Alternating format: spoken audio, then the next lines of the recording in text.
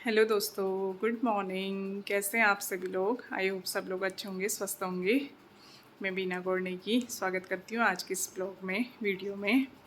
अभी बज रहे हैं मॉर्निंग के 11:30 और ब्रेकफास्ट वगैरह कर लिया है। और आजकल कंटिन्यू बारिश हो रही है हल्द्वानी में भी, और इस वजह से ना मौसम थोड़ा सा अच्छा हो रहा है। सुबह से बारिश लगी हुई है, हल्की फुल्की बूंदाबांदी सी। तो बच्चे स्कूल चले गए हैं और दीक्षु आज घर पे ही है, क्योंकि उसका सैटरडे संडे दोनों दिन ऑफ रहता है, तो वो घर पे ही है। वो भी अपना आराम से खा रही है, पी रही है। छुट्टी के दिन बच्चों को होता ही है, थोड़ा सा उनको भी रिलैक्स चाहिए। तो अभी ब्रेकफास्ट करने में लगी हुई है और टीवी देख रही है। तो मैंने भी ब्रेकफास्ट वगैरह सारा कर लिया है। एक ही टाइम हम आजकल बना रहे हैं, बस दिन में कभी कभी चावल बना लेते हैं एक्स्ट्रा गरम गरम, वरना सुबह ही सारा एक साथ बना लेते हैं। तो अभी खाना वगैरह खा लिया है, दिन में फिर देखते हैं क्या होता है। तो आज थोड़ा सा ऐसी वीडियो बनाने का मेरा मन हो रहा था, इसलिए ब्लॉग नहीं बना रही हूँ। क्योंकि मुझे ना आज मम्मी की भी बड़ी याद सी आ रही थी। अभी आई थिंक 6 महीने भी नहीं हुए, जनवरी में वो चले गई थी। तो होता ही है, हर दिन कुछ न कुछ चीज़ें याद आती हैं, क्योंकि वो इंसान सबसे ख़ास होता है। माँ से बढ़कर तो दुनिया में कुछ भी नहीं होता है। अगर रियल में कहें कि भगवान होता है, तो आई थिंक मेरा मानना है कि वो माँ ही होती है। क्योंकि उसको हमारी हर चीज़ का पता होता है, हर छोटी से छोटी, बड़ी से बड़ी, हर चीज़ का उसे एहसास होता है।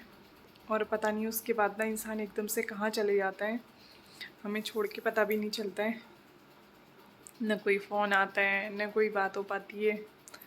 हम कुछ भी कर लें, कुछ भी, कितना ना रो लें, हंस लें, कुछ भी कर लें, लेकिन वो कभी वापस नहीं आता है। तो मुझे ना सुबह से ही बड़ा लगता है, बहुत दिन ऐसा होता है ना कि याद आती है बहुत। कैसे भूल सकते हैं, कोई माँ को कैसे भूल सकते हैं इस दुनिया में। इसीलिए मैं शेयर करना चाहती कि क्या होता है ऐसा, कहाँ इंसान चले जाता है, क्यों हम इस जीवन में इतना करते हैं और उसके बाद फिर ऐसे ही खाली हाथ हम चले जाते हैं। तो जीवन के जो पल हमें मिले हैं, शायद हमें अच्छे से जीना चाहिए, खुशी से ना, पॉजिटिव थिंकिंग लेके। क्योंकि परेशानियाँ तो हर किसी की लाइफ में होती ही हैं, किसी की लाइफ में कैसी हैं, किसी की लाइफ में कैसे हैं। तो इसलिए जो पल मिले हैं ना, उन्हें अच्छे से जीना चाहिए।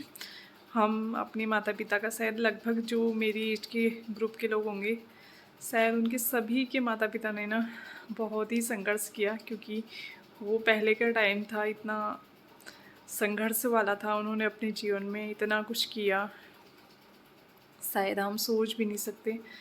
मैंने अपने माता पिता को ये देखा है, बस मैंने उनको एक ही चीज़ देखा, केवल मेहनत करते हुए, सुबह से शाम तक काम करते हुए। अभी ऐसा भी नहीं था कि उन्हें कोई दिक्कत थी, उन्हें कोई परेशानी थी, लेकिन फिर भी ना इतनी उन्होंने मेहनत करी अपने जीवन में, इतना उन्होंने संघर्ष किया हम लोगों के लिए, अपने बच्चों के लिए।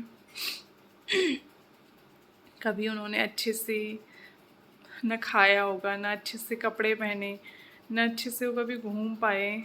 हम लोग तो फिर भी अपनी लाइफ को फिर भी इंजॉय करते हैं, लेकिन उन्होंने ऐसा कुछ भी नहीं किया। बस उन्होंने ना बस हम लोगों के लिए किया, जितना किया, जो किया हम लोगों के लिए किया। कभी उन्होंने अपने जीवन को अच्छा करने की कोशिश ही नहीं करी कि अच्छे से जिएं। तो क्या करें, अब तो कुछ भी कर लें हम, कितना रो लें, हंस लें, अब उन्हें कुछ फ़र्क नहीं पड़ता।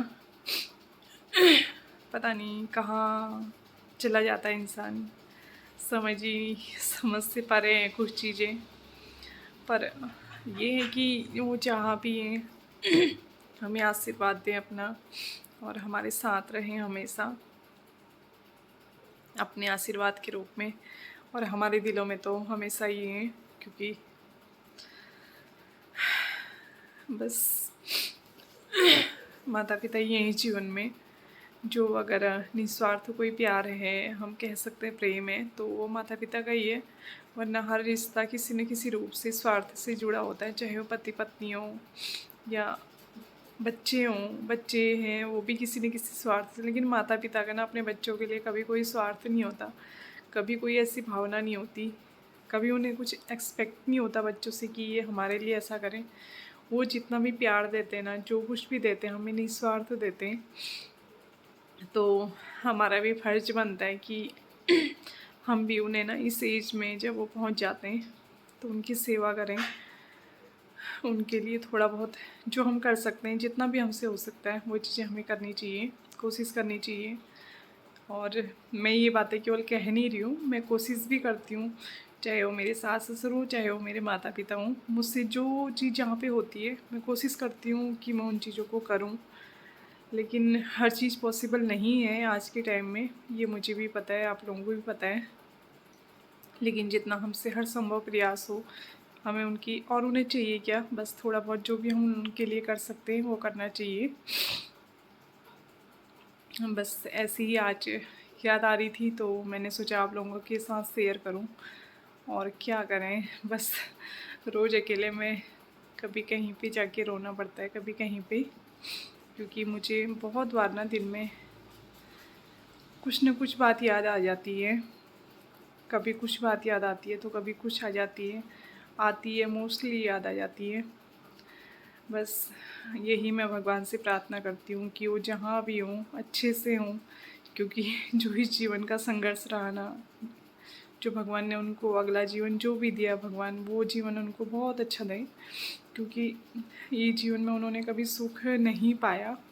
तो अगला जीवन कम से कम वो कष्टकारी ना हो, सुखमय हो, खुशी से हो रहें और हमें अपना आशीर्वाद दें।